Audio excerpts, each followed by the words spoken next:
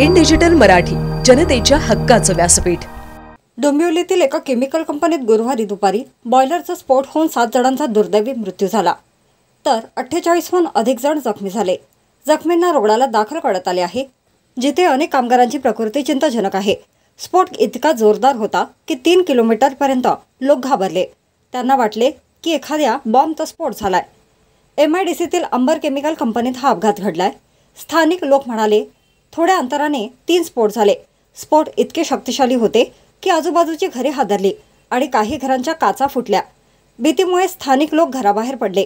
स्फोटांचा आवाज सुमारे 3 किलोमीटरपर्यंत ऐकू आला।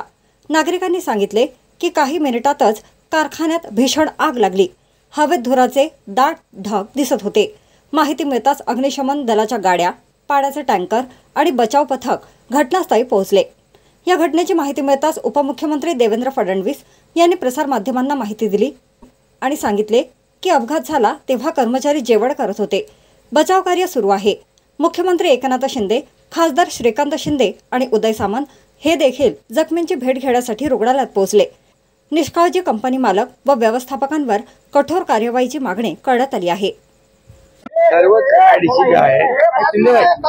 सर्व MIDC मध्ये अशा प्रकारचे जे हायली हॅझार्डस युनिट असतील त्यांच्या सेफ्टीच्या दृष्टिकोनातून सर्व काळजी घेतली पाहिजे, त्याच्या सूचना दिल्या जातील। ऑलरेडी मी उद्योग मंत्री आणि सेक्रेटरी इंडस्ट्री कांबळे यांच्याशी माझं बोलणं झालेलं आहे आणि या ठिकाणी देखील जे काही पंचनामे आपले होत आहेत, युद्ध पातळीवर पंचनामे करण्याच्या सूचना दिलेल्या आहेत आणि एकंदरीत राज्यातल्या MIDC ज्या आहेत, ज्या ठिकाणी अशा प्रकारचे ABCD जे काही कॅटेगरी आहे, ज्या लोकांच्या जीविताशी धोकादायक होऊ शकतात, अशा सर्वात सेफ्टी ऑडिट केलं जाईल आणि कुठली दुर्घटना होऊ नये यासाठी सगळ्या प्रिकॉशन ज्या आहेत त्या घेतल्या जातात। अमुदान कंपनी आहे, त्या अमुदान कंपनीमध्ये रिॲक्टर या बॉयलरच्या ब्लास्टमुळे जो आहे ही आग लागलेली आहे।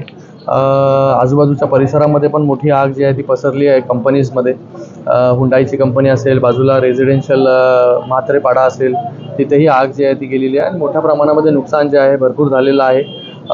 कॅज्युअल्टी अजूनपर्यंत कॅज्युअल्टी किती झालेली आहे ती अजून नक्की माहिती नाही, पण जे जखमी झालेले आहेत 25 ते 30 लोक, त्यांना आजूबाजूच्या हॉस्पिटल्समध्ये जे आहे भरती ऑलरेडी केलेली आहे, त्यांच्यावरती ट्रीटमेंट सुरू झालेली आहे। अग्निशमन दल जे आहे ते आग बुझवण्याचा पूर्ण प्रयत्न इथे करते। NDRF इथे आहे। त्याचबरोबर इंडस्ट्रियल सेफ्टीकडून ऑडिट चालू आहे। कशामुळे जे आहे ती आग लागलेली आहे इथे ते कळू शकलेलं नाही आहे। कलेक्टर साहेबांना पण आदेश दिलेले आहेत माननीय मुख्यमंत्री महोदयांनी की एका आठवड्यात जे आहे ते पूर्णपणे पंचनामे करून लगेचच ज्यांचं नुकसान झालेलं आहे त्यांना जे आहे जे काही रिएम्बर्समेंट आहे, जे काही मोबदला द्यायचा आहे तो लगेचच तिथे दिला गेला पाहिजे आणि भविष्यामध्ये अशा सगळ्या घटना घडल्या नाही पाहिजे त्याच्यासाठी या सगळ्या फॅक्टरीचं कॅटेगरायझेशन करून ABC ज्या हायली हॅझार्डस केमिकल बनवतात त्यांना पूर्णपणे शहराच्या बाहेर कसं स्थलांतरित करता येईल याच्यासाठी जे आहे ही अगोदरपासूनची मागणी आहे लोकांची आणि ती 100% मला वाटतं आपलं सरकार जे आहे हे घेईल।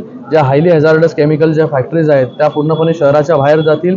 त्याच्या ऑल्टरनेटिव्हमध्ये जे आहे हे इंजिनिअरिंग युनिट्स इथे स्थापन केले जातील, जेणेकरून रोजगार देखील जे आहे तो लोकांचा जो आहे जाणार नाही, रोजगार देखील लोकांना इथल्या इथे उपलब्ध होईल। त्यावेळेस पूर्णपणे एका आठवड्यामध्ये जे आहे ही पूर्णपणे त्याचा पंचनामा जो आहे केला जाईल आणि लगेचच मला वाटतं भरपाई जे आहे 100% ज्यांचं नुकसान झालं त्यांना दिलं जाईल।